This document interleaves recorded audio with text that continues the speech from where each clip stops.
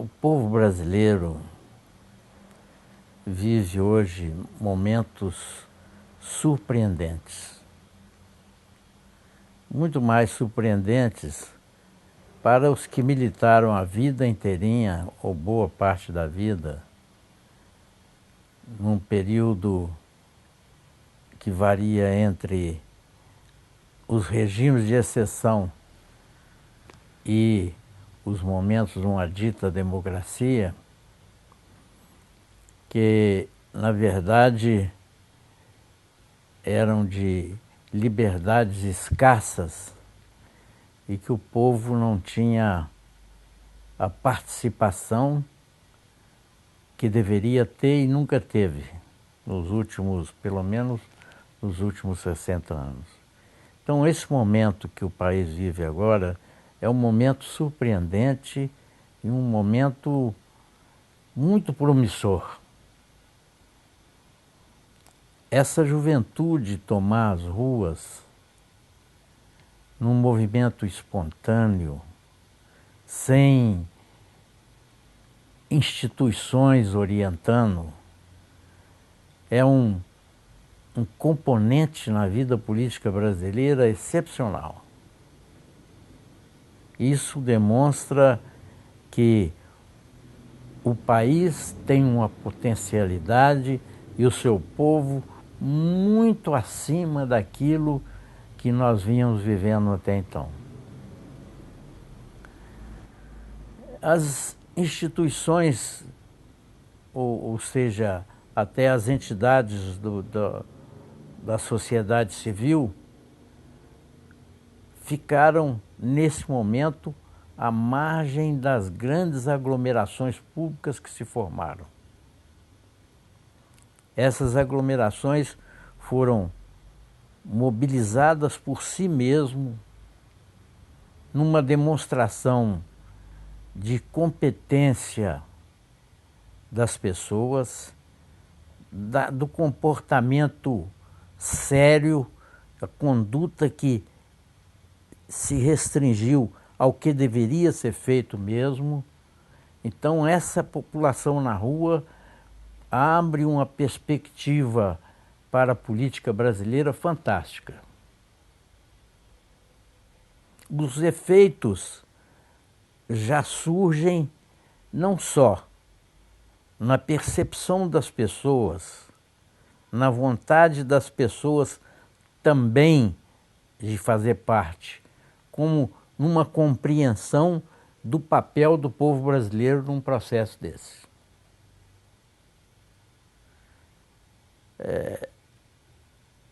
Esse movimento do passe livre deu origem a toda essa mobilização, mas outros componentes já entraram e conquistas já foram, inclusive, consolidadas. Por exemplo, entrar um assunto como a PEC 37. Quem conhecia a PEC 37? O povo não sabia o que era a PEC 37. A PEC 37 era uma emenda para excluir da apuração dos crimes o Ministério Público, que sempre cumpriu um papel excepcional. E essa reivindicação surge à frente do movimento popular. Outras reivindicações, surgiram também no mesmo compasso, a questão da saúde, da educação, da previdência social. Foram temas que foram se juntando a essas mobilizações e sendo expressadas com muita força. Há uma grande preocupação de todos nós que estamos vendo esta mobilização, que ela tenha uma conclusão, tenha um fecho, tenha um rumo determinado e o objetivo de se chegar a essa conclusão, a essas conquistas, que são muitas, São muitas e de suma importância, como, por exemplo, a garantia para a maioria do povo que trabalha. para os assalariados brasileiros, que hoje não gozam de nenhuma garantia, né? As desigualdades no país se implantaram por força do distanciamento havido entre as autoridades, as pessoas que estão no poder e o povo brasileiro. Essa estruturação de poder vem de muitos anos. O sistema político em si, ele é calcado na corrupção. A legitimidade das autoridades que estão no poder inexiste. Isso fica claro no momento em que uma nação toda se levanta contra o que está institucionalizado no país. Nós vemos vários presidentes da República se candidatarem, fazer as suas campanhas. Nas campanhas, o melhor para o povo, um discurso para agradar a todas as pessoas. No exercício do poder, o inverso do discurso que fizeram. Inclusive, partidos políticos de prestígio no meio do povo rasgaram as suas bandeiras, né? Nessa caminhada política deles, né, no exercício do poder, essencialmente, eles rasgaram as suas bandeiras, negaram tudo aquilo que pregaram. E isso tudo vem entrando na consciência do povo para chegar num momento espetacular como esse, em que o povo toma as ruas. É verdade que a conclusão disso, as pessoas que esperam o benefício disso, fica numa posição, eu acho que bem delicada da incerteza. Porque a certeza de que a conclusão desse movimento será realmente no sentido de atender a todas as expectativas dele, não é uma certeza. A certeza só virá se esse movimento não se esgotar nele mesmo. Ele buscar a continuidade, as pressões, a conscientização de cada pessoa que está nesse movimento, para que não só coletivamente, mas individualmente as pessoas exercitem tudo isso que se buscou nessas grandes caminhadas populares. Não é? Do ponto de vista da resposta do governo, a princípio falou-se do plebiscito e de uma constituinte. É um processo que independe das pessoas e tem que ser explicitado e discutido e resolvido pelo Poder Legislativo. O Legislativo é que vai dizer se o plebiscito e a constituinte são viáveis. Uma constituinte no Brasil sempre veio seguindo a grandes traumas. A última de 88 foi porque houve um momento excepcional em que resolveu-se optar por uma Assembleia Nacional Constituinte para resolver o impasse que o país se encontrava. O presidente da República morreu e assume um que não foi realmente votado para esse exercício, né? Então, do ponto de vista institucional, é preciso que as autoridades se conscientizem de que a solução tem que vir com a participação do povo. Não pode ser uma solução deliberada, como vem se deliberando ao longo do tempo, somente pelas autoridades constituídas.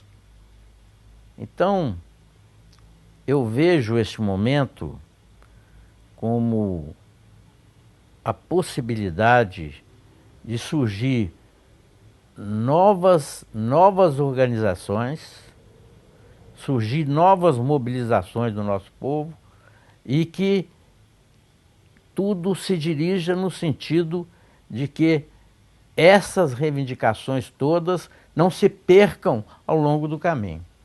Para que isso tenha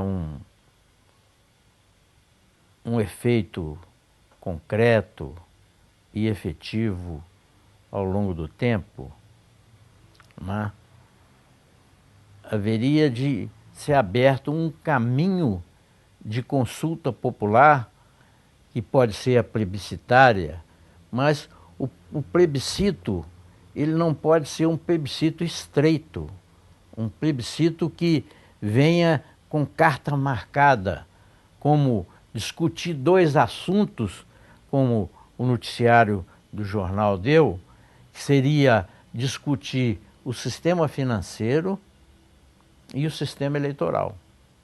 Isso não responde a coisa nenhuma. Esses dois temas não respondem a coisa nenhuma e não nos levariam às profundas reformas políticas que precisam ser feitas. As reformas políticas que precisam ser feitas devem contemplar temas que já estão na Constituição Federal, artigos que já estão na Constituição Federal e que precisam ser alterados. Mas alterar como isso? Na convocação de uma constituinte, o sistema fala em fazer através de projetos de emendas constitucionais. Esse é um processo feito de cima para baixo. Não resolve o problema definitivamente. Feito através de PECs, de emendas constitucionais, vai prevalecer a vontade de quem elaborou. Falaram também no referendo, mas o referendo é apenas como você assinar embaixo de uma coisa que foi feita e deliberada por outros. Não é a saída. Então, a saída que eu vejo para esse momento político brasileiro é a saída da chamada da participação ao povo de fato. Que o povo possa participar, entender o processo, porque afinal grande parte da nossa população não alcança, a não ser as pessoas que já são mais habilitadas no processo político e pessoas que têm um entendimento mais elevado, que vão entender esse momento que nós estamos vivendo e as alternativas e essas questões que são colocadas dentro do processo, como o referendo, o plebiscito e uma constituinte.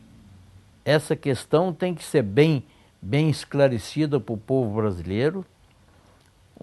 Acho que a população, embora os sindicatos tenham ficado à margem do processo, os partidos políticos à margem do processo, mas é preciso agora que a sociedade civil organizada entenda que não pode ficar no burocratismo que as conduziu até agora. É preciso que, de fato, essas instituições resolvam contribuir dentro do âmbito da sua representação para que as pessoas se estimulem e participem efetivamente, continuem participando efetivamente. Portanto, o momento é um momento de profundas reflexões e de deliberações, inclusive individualmente, né? As pessoas, muita gente não participou. As participações foram massivas, de 50 mil pessoas e até mais, aqui em Belo Horizonte muito, né? E vê-se que, inclusive, existia o contraponto dessas manifestações, que foram os chamados vândalos, os baderneiros. Mas pouco se apurou com relação a esses baderneiros. Em participações já no passado, aí no passado eu digo na década de 50, final da década de 50, início de 60, que tiveram muitas mobilizações, comprovou-se que o vandalismo vinha por planejamento de quem queria desmoralizar o movimento. Então eu acho que o momento é de que propostas concretas sejam levadas, não as propostas restritas como as que estão sendo feitas. Por exemplo, um direito social que é fundamental para a mobilização e organização do povo brasileiro. Os assalariados são a maioria da população brasileira e, no entanto, não tem nenhuma garantia. Sequer podem entrar nos seus sindicatos porque lhes falta cidadania. Eles não podem se manifestar porque o empresário o demite sumariamente e o põe para fora. É preciso que essas questões todas sejam eliminadas e que o povo realmente possa se manifestar. Isso está lá no